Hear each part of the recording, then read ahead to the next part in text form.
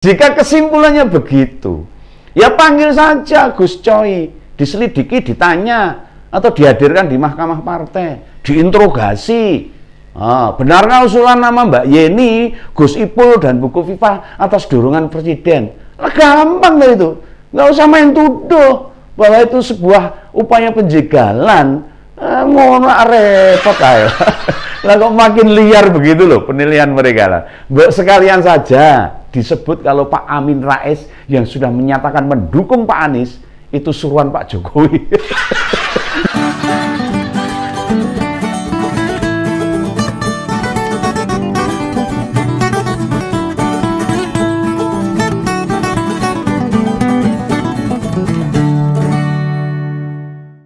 Halo, ketemu lagi dengan Om Begawan. Salam Rahayu, salam sejahtera. Tetap di Ngopi di Politik Ngompol. Saya membahas koalisi perubahan lagi nih. Kayaknya kalau ngomongin perubahan nih, piye gitu loh. Nah, koalisi yang berubah-ubah. Ini saya memberi istilah baru untuk koalisi perubahan ini. Nggak apa-apa ya. Ini menurut saya ya nggak apa-apa ini. Melemparkan sebuah tuduhan tanpa dasar. Nah, ada isu penjegalan dialamatkan ke kubu non koalisi perubahan. Rapopo nuduh rambayar ya. Entah pada pemerintah, entah pada parpol pendukung pemerintah, dan entah pada individu, pokoknya main hajar saja. Hobinya nuduh. Tapi kalau kita jeli loh, kalau kita jeli, yang ditangkap di kepala kita, intinya koalisi berubah-ubah itu dijegal katanya. Karena berubah, karena dijegal menurut mereka. Nah ini kalau ditanya buktinya, jawaban mereka bisa berbeda-beda juga. Itu namanya berubah-ubah. Nanya ke Pak Surya misalnya, akan dijawab kerasa ada yang jegal tapi tidak kelihatan pelakunya. Wah, ono ambune ning renek buktine. Nah, nanya ke pengurus Demokrat, penggantian Menteri Nasdem di kabinet itu tanda penjegalan. Beda lagi ini. Nah, kalau nanya ke Pak Anies, hasil survei capres nomor urut 3 itu bentuk penjegalan. Lawang survei itu yang milih masyarakat jegalnya nuduhnya lawan koalisi repot. Nah kalau nanya ke Pak SBY, pengajuan PK Pak Muldoko atas kepengurusan Demokrat itu juga bentuk penjegalan. Ini apa ini, kita ganti aja koalisi korban penjegalan. Nah kalau nanya Pak Teguh Rifki Harsa, ini malah itu Sekjen Demokrat itu. Ini jawabannya beda lagi. Usaha apapun yang bertujuan membatasi Pak Anies itu tidak ikut ke Pilpres. Ya, ini katanya juga penjegalan. Jadi dibatasi terus nih. Beda lagi lah. Nah jadi ini menurut Om Begawan ini, pihak koalisi berubah-ubah memang tidak memiliki dasar yang sama. Ora seragam gitu loh. Yang sampai sekarang ini semua dasar itu sumir, ora jelas gitu loh. Dalam bahasa hukumnya ini ora jelas loh. Berbagai tuduhan itu kemudian terpaksa direspon oleh Pak Mahfud MD. Nah, bahwa tidak ada upaya penjegalan pada Pak Anies itu ditegaskan oleh Pak Menteri ini. Tuduhan penjegalan memang sengaja dimunculkan oleh mereka supaya masyarakat seolah-olah itu loh. Seolah-olah itu pemerintah menjegal Pak Anies ini. Enggak ada yang dijegal. Nah, ini maksudnya biar agar pendukungnya Pak mereka keluar. Jadi tahu petanya. Lah malah Pak Menko Polhukam menyebut supaya koalisi berubah-ubah kompak, sama seragam. Lah karena kalau tidak kompak justru bisa dijegal oleh internal partai sendiri. Ini kalau jegal-jegalan dewi malah tipe geledak, bukan dijegal orang luar itu. Karena jalannya orang podo keserimpet itu loh. Tahu keserimpet itu? Bahasa Indonesianya itu keserimpet apa ini? Nah setelah tak pikir-pikir, Om Begawan tuh mikir-mikir nih. Benar juga ini pernyataan Pak Mahfud ini. Sebenarnya yang menjegal koalisi perubahan itu ya mereka sendiri, keserimpet tadi, bukan pihak luar. Oh bukan, ada banyak bukti kok. Kalau sesama mereka terlihat saling memotong, ya, berebut pengaruh, tidak satu suara dalam banyak hal, ya bisa jadi penyebab utamanya ini yang nama koalisi itu jadi koalisi perubahan dan berubah-ubah. Jadi jangan sok nuduh orang luar, tapi sebetulnya mereka keserimpet sendiri itu. Nah mungkin saja, ini mungkin loh, janjian hari Senin kemarin itu berubah jadi hari Rabu. Sepakat jam 2 siang, ketemunya akhirnya jam 5 sore. Kan repot kalau ini, baru datang jam 5, ente-entean, sepakat cari proyek pemerintah buat biaya kampanye 5 triliun, ngambilnya 8 triliun.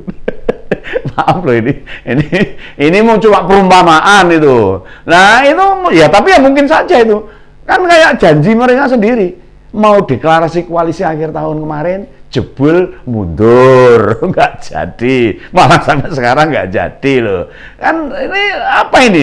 Lalu janjian pada Ramadan kemarin, deklarasinya katanya habis Ramadan, yo rata realisasi. Ya akhirnya kan tidak seragam.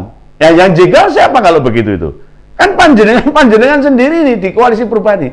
Ya katanya habis hari raya, kita nunggu sampai bulan Syawal habis tidak ada kabar deklarasi. Sampai Punggawan tuh ngubek-ngubek kapan ini deklarasinya koalisi perubahan ini. Oh situ ini. Nah kemarin tuh pihak Demokrat mengatakan dalam 1-2 hari akan diumumkan siapa pendampingnya Pak Anies. Ini apa meneh ini? Saya tak ingat saya. Ini tak ingat. Oh ini Pak Sugeng Suparwoto. Ya, Pak Sugeng Suparwoto. Salah satu ketua Nasdem bilang akan ada pengumuman. Ini katanya loh, katanya Pak Sugeng loh ini. Sekarang ini hari ketiga loh, ya. Ini tetap tidak ada pengumuman. Oh renek. Majan ora duwe isin tenan iki. Sak karepe udele dhewe ini. Nah gitu ya. Namanya ya berubah-ubah betul itu. Yang dituduh jegal pihak lain. Nah, benar kata Pak Mahfud. Yang menjegal itu internal mereka sendiri karena tidak kompak. Nah, orang awam mungkin melihatnya secara kasat mata ini. Apa yang sedang dialami pihak-pihak yang tergabung di koalisi perubah-ubah ini dianggap sebagai penjegalan. Sing orang ngerti. Ya. Tapi benarkah begitu? Kalau kita mau jujur menilai peristiwa politik seputar koalisi berubah-ubah yang akibat perbuatan mereka sendiri, itu misalnya Pak Joni G. Plate yang kata teman-teman, ya, yang kata teman-teman saya di tahanan berubah nama loh. Jadi Pak Joni 8T. Maaf ini cuma katanya teman-teman loh. Saya cuma menyampaikannya. Maaf ya Pak Joni. Ini cuma anekdot aja lah. Ya kan kasus dugaan korupsinya di Kominfo memang ada. Kalau dana cair 10 triliun tapi korupsinya 8 triliun ya masa wujud barangnya nggak kelihatan loh. Ya harusnya tidak seperti itulah. Jomblang banget lah gitu loh. Sederhananya kalau panjenengan nyuruh anak beli telur 10 biji, sampai rumah dia cuma bawa 2 biji. Ya belum dihitung itu aja. Kita tahu kan. Nah, yang 8 biji kemana? Nah, kasus itu kan kesalahan orang mereka sendiri. Kesalahan dari anggota koalisi perubahan. Bukan akibat kejaksaan bekerja ngawur, enggak. Bukan maksud untuk menjegal mereka. Tidak akan berani aparat penegak hukum sembarangan mentersangkakan orang tanpa bukti. Apalagi itu punya jabatan politik yang terpenting. Pak Menteri, pembantunya Pak Jokowi, orang sembarangan. Pihak aparat kejaksaan, orang ngeri menuduh, orang ngeri nangkep, apalagi KPK. Perlu kehati-hatian. Nah, lalu soal rebutan posisi pendampingnya Pak Anies ini. Nah, ini mereka sendiri yang tahu nanti. Pemerintah emang bisa maksa mereka. Mereka sendiri yang akan mikir ini. Atau jangan-jangan mengira Pak Sandi mendekati PKS sebagai utusan Pak Jokowi. Ini nuduh lagi nih. Yang ngawur banget kalau sampai begitu itu. Bila memang diutus, ya abaikan saja. Tinggal pilih Mas AHY atau Pak Aher, Pak Sandi cuekin aja, nggak apa-apa. Tidak perlu direspon. Masa hal beginian dianggap menjegal juga? Mereka aneh banget ini. Ini judulnya jegal-menjegal ini. Nah ini jangan-jangan banyak orang yang membahas kalau Pak Anies itu antitesa Pak Jokowi. Ini dari dulu Om Begawan juga mengatakan seperti itu. Dianggap jadi upaya menjegal Pak Anies. Nah, bukankah yang melempar istilah itu salah satu ketua DPP Nasdem, Pak Zulfan Lindan. Nah, sekarang orangnya sudah keluar dari Nasdem tapi mengundurkan diri, orang betah, orang nyaman tuh. Kalau Pak Zulfan berkata begitu disuruh kubunan koalisi berubah-ubah, minimal upahnya kan jadi caleg di parpol lain. Ya buktinya kan enggak, Pak Zulfan ya belum masuk ke partai manapun. Artinya Pak Zulfan berkata dengan sesungguhnya, dengan jujur. Lah, apakah pembahasan kandidat lain sebagai calon wapres dari kalangan NU seperti Mbak Yeni atau Gus Ipul atau Bu Khofifah dinilai usaha menyelundupkan orang-orangnya Pak Jokowi ke mereka? Nah, dan penyelundupan 3 orang tadi adalah usaha menjegal Pak Anies juga. Apa-apa mesti kok tuduhannya menjegal ini kan repot ini. Dalam perpolitikan seperti ini, baru kali ini loh saya dengar nih. Jika kesimpulannya begitu, ya panggil saja Gus Coy, diselidiki, ditanya, atau dihadirkan di mahkamah partai, diinterogasi. Benarkah usulan nama Mbak Yeni, Gus Ipul, dan Bu Khofifah atas dorongan presiden? Nah, gampang loh itu, nggak usah main tuduh bahwa itu sebuah upaya penjegalan. Ngono repot aja lah kok makin liar begitu loh penilaian mereka lah. Sekalian saja disebut kalau Pak Amin Rais yang sudah menyatakan mendukung Pak Anies itu suruhan Pak Jokowi. Sisano ditambah Partai Umat mendeklarasikan perjuangan politik identitas. Nah kan klop itu sama Pak Anies. Analisis yang muncul, Pak Amin sudah berada di kubu Pak Jokowi, katanya ini. Dan sebab sama-sama dari Solo, sekaligus sebagai ucapan terima kasih, Partai Umat diloloskan jadi peserta pemilu. Repot ini, jelas ngawur banget ini. Ini parah ini. Kalau mereka sampai berpikir begitu, segala sesuatu mesti dihubung-hubungkan dengan penjegalan. Nah, jujur saja ini, Om Begawan ini penasaran. Apa sih indikatornya penjegalan yang ada di persepsi mereka? Yang dimaksud itu seperti apa tuh? Ini saya penasaran ini. Sampai mereka harus bareng-bareng pergi ke Pulau Kaliage, pulau milik Pak Surya Paloh di Kepulauan Seribu sana. Kayaknya mereka ke sana ya naik kapal mewah loh. Awang sugih-sugih tok sini. Sekalian piknik mungkin. Sambil refreshing gitu loh. Ini bener-bener hampir semua elit parpol koalisi berubah ini terlihat loh. Ada Pak Surya Paloh, Pak Sugeng Suparwoto, dan Pak Taslin. Ada Pak Sahroni, ya, Pak Taufik Basari juga ada itu. Itu dari Nasdem.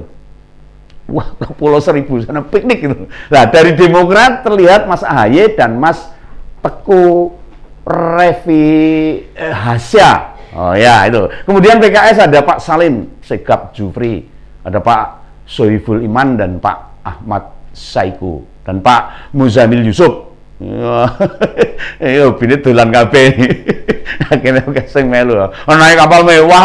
Nah, setelah ada komentar dari Pak Mahfud, buru-buru mereka mengklarifikasi. Ya, bisa saja nih Pak Anies terjegal karena parpol mendukung, tidak menghargai komitmen yang dituangkan bersama-sama oleh ketiga partai tersebut. Iya loh, mesti begitu. Ini saya Begawan ini jadi lelah kalau membicarakan masalah koalisi perubahan ini. Nah ini kalau dengan cara seperti ini tidak seragam dan memaksakan kehendak, maka akibatnya nanti pecahnya koalisi perubahan ini. Ini hati-hati ini. Ini Begawan hanya memprediksikan seperti ini loh. Nah, kata Pak Ahmad Ali loh ini. Kata Pak Ahmad Ali loh. Bukan kata saya loh ini. Kata Pak Ahmad Ali juga menambahkan bahwa penjelasan Pak Mahfud sebuah penegasan. Ini tidak ada upaya penjegalan. Sekali lagi loh, Pemerintah atau koalisi lawan koalisi perubahan tidak pernah ada maksud-maksud penjegalan kepada koalisi perubahan, terutamanya kepada pencapresannya Pak Anies. Ini sekali lagi Begawan mengatakan ini. Nah, ini kok jadi mengkeret merespon tuduhan Pak Mahfud ini gimana? Ini kalian takut ya ngadepi Pak Mahfud ya? Mengkeret gemeter. Atau kalian sebenarnya tidak punya bukti? Makanya mengarang-arang saja agar dapat empati masyarakat. Wah, ini Pak Anies dijegal-jegal supaya dapat empati ini. Nah, ini ruwet ini. Politisi apa artis ini. Lalu pada bersandiwara membuat drama yang kadang-kadang orang mutu ini. Bukan menyampaikan fakta, melainkan mendramatisir situasi dan kondisi. Ini nggak bagus untuk perpolitikan di Indonesia. Nah, batangan saja lah pencalonan itu. Isu penjegalan yang diumbar ternyata problem kalian sendiri, bukan dipengaruhi pihak luar. Ingat, semua ini tidak ada maksud penjegalan dari pemerintah atas pencalonan Pak Anies sebagai capres dari koalisi perubahan. Gitu ya. Salam Begawan, sampai jumpa lagi di Ngompol Ngupini Politik berikutnya. Salam Begawan, sampai jumpa.